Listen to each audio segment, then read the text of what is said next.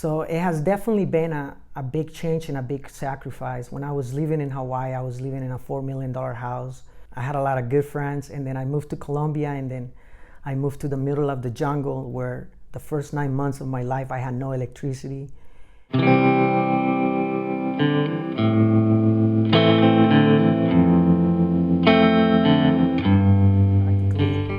My mom was also very happy, like a free spirit person too. And then she had a lot of families. They loved her and they loved me because I was also different.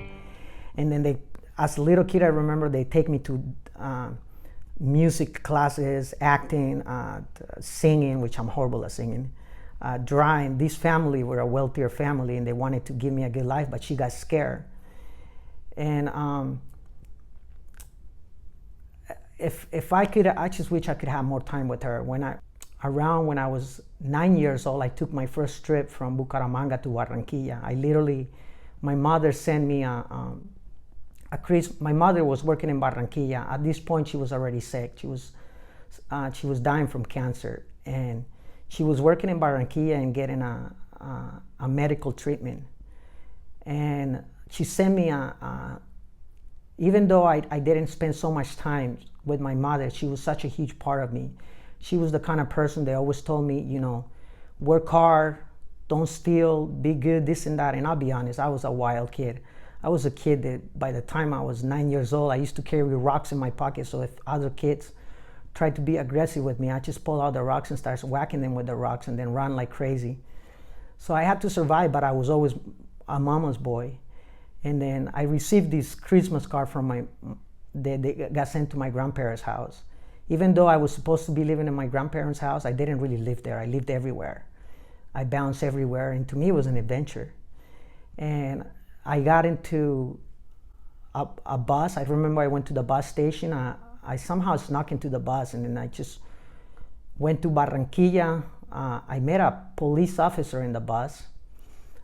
Those were crazy times too, because I remember that specific time, the bus actually got pulled over by the guerrilla, which that was, if that happened to me today, I'd be freaking out. But in there, I was just like everybody else, was just freaking out. They had tires on the road. And then they just check everything. They put everybody in the bus. I happened to meet a policeman in the bus. She told me she was going to help me to get to my mom. I just had the address of my mom where she sent me the postcard. And it tells you how these organized things in Colombia are. She told me to wait like outside the police station. I waited for like 3 hours and nobody came to help me. And this is the police. This is somebody who's supposed to, this is how different things are in Colombia from being in the United States. In Colombia, I remember I ran away and everybody was there to help me. And here, I waited 3 hours outside the police station and then nobody helped me. Eventually, I just started asking bus drivers because I was a young kid. The bus drivers let me get on the bus, and eventually I just got into my mom's apartment. I never forget the day when I rang the doorbell. And there's, time goes by, and then there's moments in your life where there's moments in your life where you never forget in life. And I think that's one of the main moments I remember. Just ringing the doorbell and seeing her face popped out of the window, and it was just, she couldn't believe it, and I couldn't believe it that I found it. And it was actually, it was incredible. And that was actually, she took like a few days off. And then the first day that I actually discovered Santa Marta, Colombia, which is probably the main reason why I'm here in Colombia, because that part of me got implanted as spending the last moments with my mother in Santa Marta.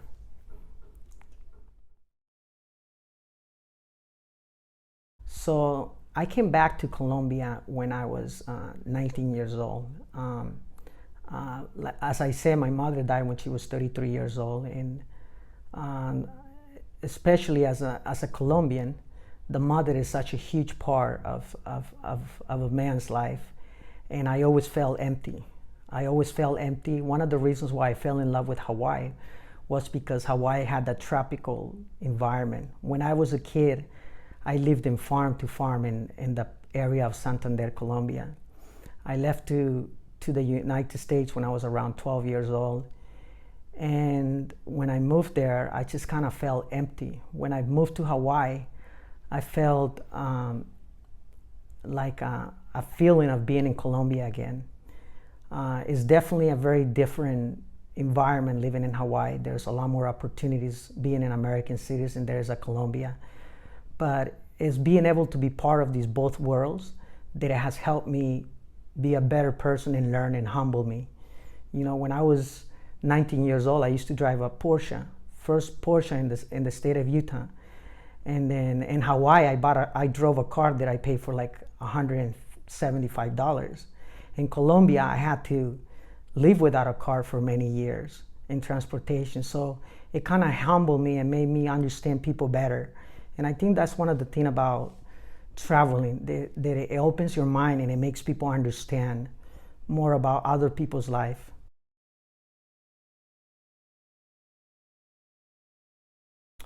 Something that I don't really talk about it, but my childhood was pretty tough. I grew up, my mother had me when she was like 16, 17 years old.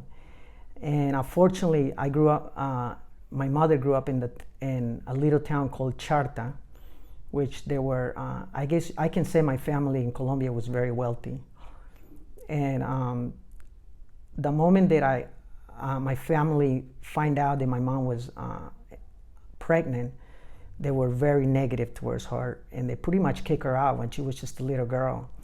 And I always became kind of like the black sheep and the outcast. And then I was born, and then I was born with blue eyes, blonde hair, and that kind of was a very different sight to see. And then a lot of opportunities opened up for me as a kid and for my mother, but she was always scared. I actually lived with other families who take care of me, but she was also scared of losing me, that she always kind of bounced around. And practically at the age that I was like 7 years old, I started living in a little town called El Playón. And then from there I lived until like I was like probably 8. Then I went down to my grandparents, and that was a very negative environment, abusive, and me, they used to beat me. My grandfather put a gun to my head. It was issues that they had because my mother was pregnant and was not married as a kid. She was not married and she had a kid. They took those problems and they kind of applied it to me. And it was just not a very happy environment. But at the same time, that environment was what made me the person I am today, because I became an entrepreneur, because by the time I was 8 years old, I was practically living in the streets. Because and to me, at that age, it wasn't like a rough thing. It was more like an adventure, like staying up until 5 in the morning, playing cards. As a kid, I used to, I made more money than an adult. Having blonde hair, blue eyes, long hair, looked like Tarzan as a kid. I used to be able to polish shoes, sell food in the streets, carry people's groceries. I got to the point that I had my own shoes box for polish, and I rented it to somebody else. I had a cart made out of wood that it used to take people's groceries. I rented it to somebody else, and at the same time I did 2 other jobs. So I was making, by the time I was 9 years old, I was making more money than an adult person, than a taxi driver, than everything. And then people at the same time, they actually opened up to me. They saw this kid that it looked really out of their environment, and people were just nice to me. But as a kid, I think I wish I would have paid more attention to the school, educate me, learning, reading, writing. I dealt with a lot of issues because of that.